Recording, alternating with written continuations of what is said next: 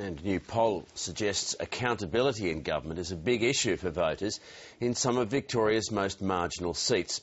Just weeks from the election, the Brumby government has released its proposed code of conduct for ministers, while the opposition is promising to crack down on corruption and government secrecy. Josie Taylor examines those issues in the second of our pre-election series. The Labor government came to power partly on this promise. It's about open and transparent government. But the opposition says 11 years in government have led to this. I know, but you don't need to know. This year, Labor backflipped and matched the opposition's commitment to an anti-corruption commission, but continues to battle issues involving scrutiny of government.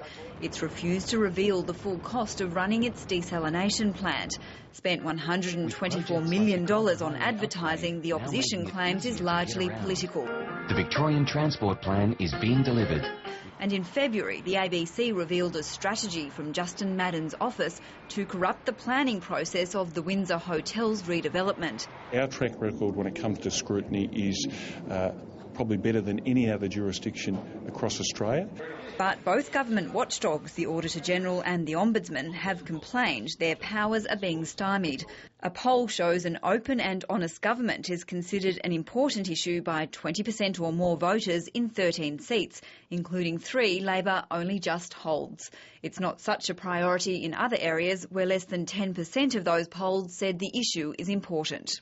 This government is all about hiding whatever it can from Victorians. The opposition has promised to end what it calls a culture of government secrecy if it wins power. One expert says Victoria lags behind the rest of the country on freedom of information. But he says Labor's overall record on accountability is quite good. The reform of the upper house, which really is now a house of review and causing some embarrassment to the government as a consequence of that. Just 6 weeks before the election, the government has released a draft ministerial code of conduct. But neither side of politics has committed to reforms that would force ministers to answer questions in Parliament. Josie Taylor, ABC News, Melbourne.